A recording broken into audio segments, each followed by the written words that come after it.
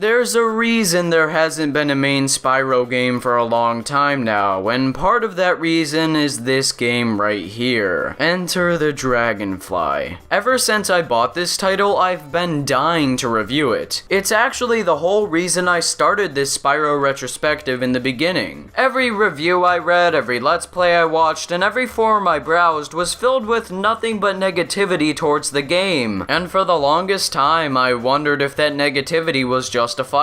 I mean, could Enter the Dragonfly be that bad? Yes. Yes, it is. This game was excruciatingly painful to play. To add insult to injury, I even went for that precious completion bonus. I know I could have looked it up, but where's the fun in that? There's no fun. None. Not in this game. Alright, I am a little over-exaggerating here, as there were some aspects I kind of liked, but most of it was undoubtedly shit. Well, without any more stalling, let's do the deed and review this game.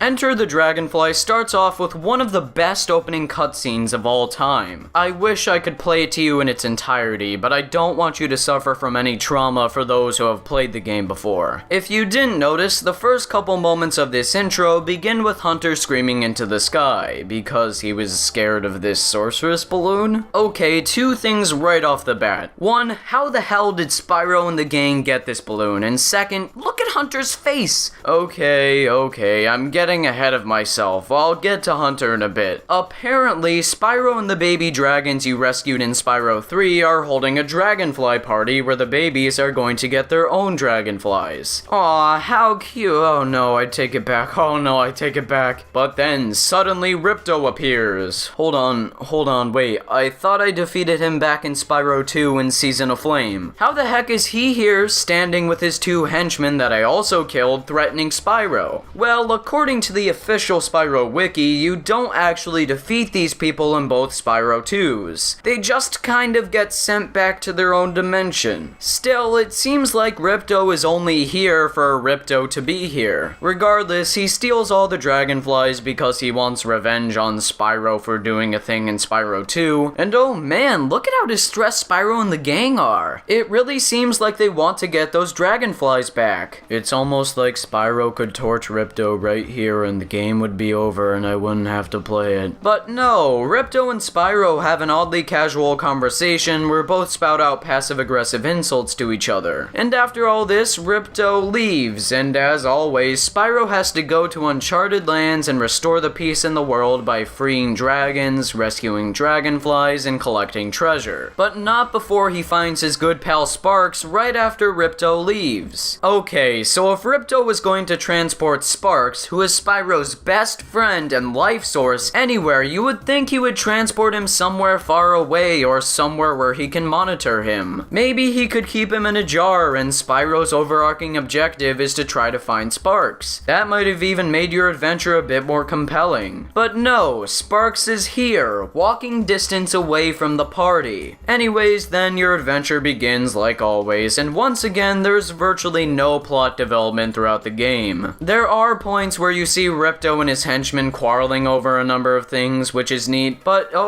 wait, did he just murder Crush and Gulp? Well, that happened, and I guess it makes my job easier. If I do have to compliment the story for anything, I like Ripto's character development, although some of it stems from me really loving Ripto from the second game, but at least the developers didn't ruin Ripto. And that leads me to a huge gripe I have with this game. There is a surprising lack of memorable characters. Popular and charming characters like Bianca and Moneybags only appear in the beginning and the end, which is a huge letdown considering just how large of a role Moneybags has played in the last couple Spyro games. But hey, there's always Farmer Bob. Remember him from the previous games? Neither do I. At least Hunter is here doing the same things he always has. Unfortunately, the Dragon Elders return and they're the same one-note characters you remember from from Spyro 1. Now, it's quite obvious that the developers wanted to invoke some nostalgia by adding all these elements from the past games, but boy does it flop tremendously. Not only does it fail in making the story interesting and entertaining, but it flops everywhere else too, for one simple reason. Rushed development, the killer of would-be good or decent games. Sonic 06's development was rushed, and look at where it is now. Some would even say it destroyed Sonic's reputation, and you could say the same thing about Enter the Dragonfly. It's so interesting to see these two parallels looking back on both titles. Both games ruined their respective series' notorieties, and both had done it when their series were at the top of their, for lack of a better term, game, kinda. It's a real shame that companies like Sega or Universal Interactive rushed their developers to release their unfinished games at a certain time for a certain profit. Both Enter the Dragonfly and Sonic 06 were even planned to be competent titles with smooth frame rates, fast loading times, and slick presentations. Alas, both ended up in the same spot as inferior titles with less content, overly long loading times, and an overall mediocre presentation. The only thing that I would call redeemable in both would be this presentation, because it's not all that bad. I mean, the soundtracks are alright. Moving on from Sonic 06, Stuart Copeland once again composed a great score, but it's nothing mind-blowing. I still prefer the soundtracks of Spyro 2 and 3 as they felt a bit more memorable. Perhaps it's just that the game is so taxing of an experience to play that I couldn't establish an emotional connection with the music, but nonetheless, it's alright. The songs are still upbeat and cheery, which I love. Apart from the music, the art direction is pretty good, and I like the overall style. Plus, there is an extensive variety of world themes and set pieces throughout the adventure. It's nothing amazing, but I have to give credit where credit is due. I like the inclusion of worlds like Dragonfly Dojo and Monkey Monastery. While the texture work looks like it was thrown together in one evening in the back of a Denny's, I still can appreciate Enter the Dragonfly's visual style. Backgrounds look decent, and although some clouds look oddly shaped, I don't think it impeded the visuals at all. On the other hand, the character models, with the exception of maybe Spyro, look horrendous. Just take a look at Hunter. Look at how his mouth moves, and tell me that isn't horrifying. If the developers were going for the creepypasta-inspiring aesthetic, then they totally nailed it. Every villager, every enemy, every dragon, and every friend looks off. Bianca looks weird, Moneybags is in a fucking kimono and loves to fist the air for some reason, and Farmer Bob...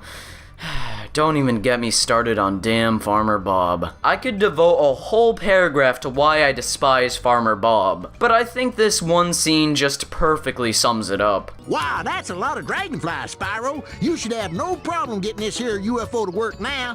Hop aboard, but beware, the space cows, they're everywhere, everywhere. It doesn't help either that when they speak and their lips begin to move out of sync, you feel a sense of real fear and danger. Ah, Spyro.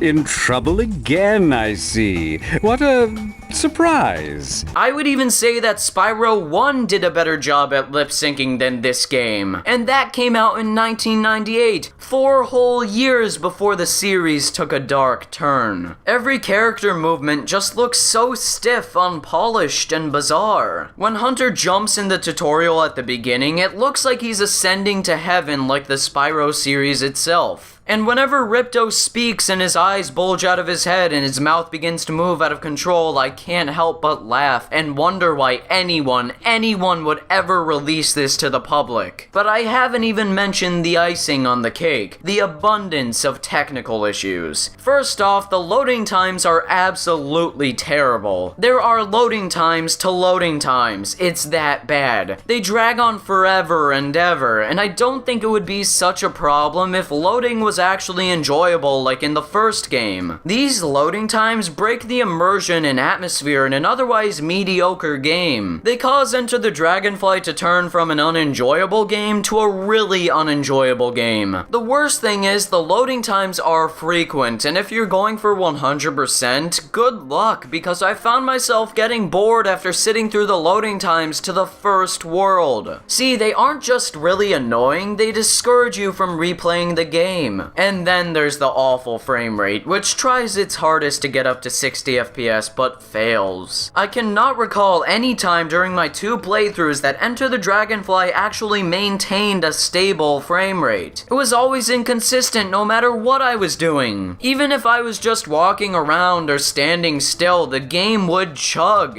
Add in glitches, bugs, and other mishaps, and you got yourself the technical mess that is Enter the Dragonfly. Oh, and I should also mention that the game is so badly programmed that you can easily glitch the game, fly into the air, and reach the final boss in under 10 minutes. Yeah, not even Sonic 06 is that easy to break. Anyways, how about the gameplay? Surely it can't be as bad as the technical problems, the bland graphics, and the mediocre attempt at storytelling. Well, it's certainly not good. Let me explain. Like the last couple games, Enter the Dragonfly is a 3D collectathon, where the objective is to rescue a certain number of dragonflies and defeat Ripto once again. Like Spyro 3 with the dragon eggs, levels will not be open until you collect a certain amount of dragonflies. But unlike the dragon eggs, collecting the dragonflies is unnecessarily overcomplicated. At the beginning, Spyro will gain the bubble breath, which allows him to capture the wild dragonflies. Hey, just like Season of Flame. So you'll be spending a lot of your time chasing down these dragonflies, trying desperately to breathe on them. Combined with the wonky camera that never seems to like to go where I want it to, capturing dragonflies is a chore. A tedious, repetitive chore that doesn't feel rewarding at all. The only thing I looked forward to after each dragonfly capture was Tom Kenny saying their name in a goofy way.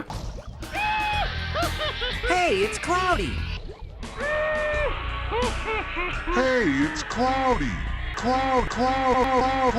Oh yeah, the voice acting is alright. I mean, the script the actors were working with is not the best thing in the world, but they made do with what they could, I guess. Although some performances do end up falling flat on their face, like Farmer Bob. There's a space riptalk holding that dragonfly hostage. If you activate all the platforms around the tower by jumping on, lower the tower down so you can rest tower down. Attempt the trial of the platform. Wait, where was I again? Oh right, the gameplay is not fun at all. Unlike the past games where there were branching paths and non-linear level design, Enter the Dragonfly feels really linear. There is no incentive to explore, collect gems, or anything. In fact, in my first playthrough, I didn't even bother with the gems. All the negative things about the presentation make this game nauseating to play. I didn't want to go through any more of this title than I had to. See, in Spyro 1, you were encouraged to collect things because the balloonist needed something to take you to the next world. And in Spyro 2, Moneybags convinced you to explore to get him whatever amount of gems he needed for you to access certain parts of levels. Then in Spyro 3, Moneybags once again incentivizes you to collect gems to free the captured rebel animals. Enter the Dragonfly throws all those incentives out the window, and since collecting dragonflies is not fun or rewarding, you don't really want to explore everything in every level. Like I said before, you just want it to be over. In addition to this, there are these challenge portals in each realm that try to add something new to the game. But the problem is, none of these mini-games are enjoyable. You got your sluggish tank level that controls terribly as you can't go directly backwards, your speedway sections that aren't fun, and so much more. I did play through all these challenge portals, and I can say with utmost certainty they aren't anything special. There is virtually no reason to even enter these portals if you're playing this game, which I sincerely hope you're not. Not only that, but the majority of the level design is poorly crafted. The levels could not be more simple. Every stage is a path from point A to point B while you find some dragonflies along the way and do nothing else. Only twice did I have to stray off the beaten path to find some other dragonflies to finish the game, and even even then, my trek was only a couple steps away from the normal path. Each level is filled with confronting an obstacle, then moving on, then confronting an obstacle, then moving on. It's so boring. Barriers like moneybags and other gates, which appear seldomly, are a pathetic way to prolong levels. But even then, they don't require much exploration, as you'll get most of what you need by just collecting gems when you see them. By the same token, combating enemies isn't even challenging or enjoyable. It's bland to charge into them, and it causes the game to chug when you breathe fire on them, so why even bother? At least that's something the game does well. It keeps Spyro's moveset as simple as the previous games did. He still charges with his horns, despite the controls being stiffer, has somewhat tighter movement, and breathes fire or other elements in a somewhat responsive way. However, Spyro glides kind of inaccurately. Oftentimes I would find myself trying to glide to another raised area, and when I press the A button to glide, it would either be really delayed or Spyro just wouldn't glide. Plus, the game tries to make you use an ability called the wing shield, but it doesn't work. You have to hold both trigger buttons to use it, but the problem is both of these trigger buttons also open up the inventory and change your breath. So it's nearly impossible and very frustrating to use. The hit detection of this ability is also garbage, making it more difficult to use than it already is. The only redeemable new addition to Spyro's moveset comes in the form of new elemental breaths. Sure, they are very situational and not used in a clever manner, but they exist, so that's a plus. I'm just surprised these weren't added sooner in Spyro 3. But other than that, there's not much else to talk about with the gameplay. It's just boring levels where the objective is to get to the end and sometimes collect dragonflies. That's it, really. The gems only exist here to bring a sense of familiarity and add some pointless replayability to the game. Because, let's face it, who is insane enough to go for 100% completion? I did, and probably many others like my friend Exoparadigm Gamer did. So, was it worth it? And what about the ending? Well, if you care about the gripping conclusion to a greater story than Super Mario Bros. 1, then I would recommend skipping to the time on screen now. There will be some spoilers coming up in the next section, so beware. So, you collected some dragonflies, you had fun, and you finally got to Ripto, and only Ripto. Yep, the game kind of killed off all the other bosses, probably in a desperate attempt to save time, so all you have to do is fight Ripto, which is actually really tough and annoying, but mostly annoying. The camera is really wonky during this fight, and I can never seem to actually get it to focus on Ripto. Not to mention, I can never figure out on my own what I was actually supposed to do. Ripto has these bubbles around him at the beginning, but when I would go to try to breathe fire on them or charge into them, I would more often than not get hit by his auto-aiming projectiles. Seriously, these things are like magnets. No matter how hard I tried, I can never escape getting hit. But eventually, when I looked up a walkthrough, I discovered that I just had to keep charging at him to win. Then Ripto grows in size, and once again you'll have to breathe ice on him and then charge at him to defeat him. Once Ripto is down for the count, he says he'll be back later, and the game ends with the Dragonfly party reconvening and Spyro winking at the camera. And that wink is all you're getting if you go for 100% completion. That's like buying a car, repainting it, and then having it explode as you open the door. There is no point at all in completing this game. Likewise, you shouldn't even play this game. The classic Spyro trilogy isn't perfect, but at least the games were polished and fun. Collecting things was satisfying, the worlds were immersive, the characters were likable, the script was good, and most importantly, they were finished. There was variety and incentives to collecting things, and for all those reasons, Spyro became one of my favorite series of all time. I'm not a classicist by any means, but come on, I can't find virtually anything in this game I liked or enjoyed. Everything was so taxing and just a horrible time. What baffles me the most is someone looked at this and thought it was okay. Enter the Dragonfly is broken and glitchy to a degree far worse than Sonic 06 is. You know, in Sonic 06 or Sonic Boom, at least it was kind of fun to glitch the game with a buddy or two and have a good laugh about it, but with Enter the Dragonfly, no such enjoyment can be found. I have never played a game and had my body both mentally and physically rejected until now. The shitty frame frame rate, the lazy texture work, the rushed plot, and the boring level design all culminate into one of my least favorite games of all time. I'm trying my best to look at the positives here, but unfortunately there's nothing that comes close to redeeming this experience. It's fitting that the game that ruined the Spyro franchise would end up being one of the games I can't stand to play at all. Oh, and please don't buy this game. It's not even worth experiencing just to experience. But as always, if you disagree or agree with me, let me know in the comment section below. I'm really interested to see whether anyone actually disagrees with me or likes this game. Anyhow, thank you so much for watching and take care. Have a wonderful day and goodbye.